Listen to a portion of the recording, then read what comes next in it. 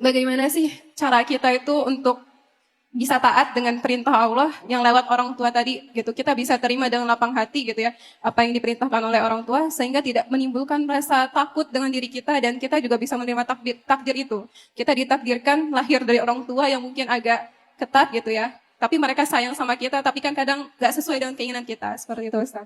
Biar kita ya tidak jadi anak yang durhaka, kita tetap bisa taat sama orang tua.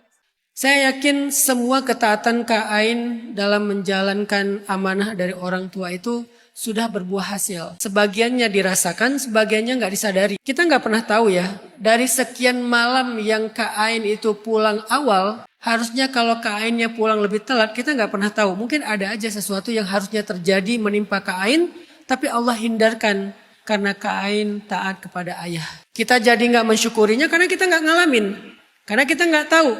Tapi percayalah bahwa mentaati orang tua dalam hal yang tidak bermaksiat kepada Allah pasti ada kebaikannya. Kalau nggak kebaikan yang kita sadari, kebaikan yang kita tidak sadari. Kalau nggak kebaikan waktu itu, kebaikan suatu hari nanti. Yang saya lihat sekarang sebetulnya nggak ada masalah dengan itu. Yang dibutuhkan Kak Ain itu adalah teman bercerita. Hormon cinta itu salah satunya dengan bercerita. Oksitosin itu dengan bercerita. Jadi Kak Ain butuh teman cerita. Yang harusnya ayahnya. Karena ayah adalah cinta pertamanya anak perempuan. Saya juga punya anak gadis. Yang udah SMA, yang sekarang saya bikin sekolah SMA-nya. Saya adalah teman cerita dia. Dia cerita semua rahasia dia ke saya. Dan saya bersyukur kalau dia gak menutupi rahasia dia ke bapaknya. Mending bapaknya duluan yang tahu rahasianya sebelum orang lain kan. Kenapa dia cerita ke saya tentang rahasia-rahasia dia? Termasuk perasaannya segala macam, karena dia merasa nyaman. Karena saya nggak akan menghakimi, nggak akan ngejudge, nggak akan memarahi dia, tapi diajak diskusi. Kalau nggak ayah, ibu. Kalau nggak keluarga, mungkin sahabat. Perempuan dengan perempuan, laki-laki dengan laki-laki. Jangan silang, nanti jadi modus.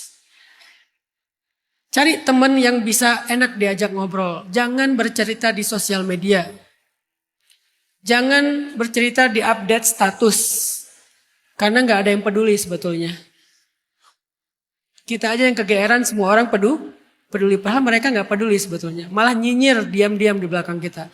Berceritalah kepada orang yang siap mendengar cerita kita. Insya Allah kalau Kak Ain udah bisa bercerita, sebagian dari beban itu akan ringan. Jadi menurut saya yang dibutuhkan Kak Ain itu adalah hormon cinta lewat bercerita.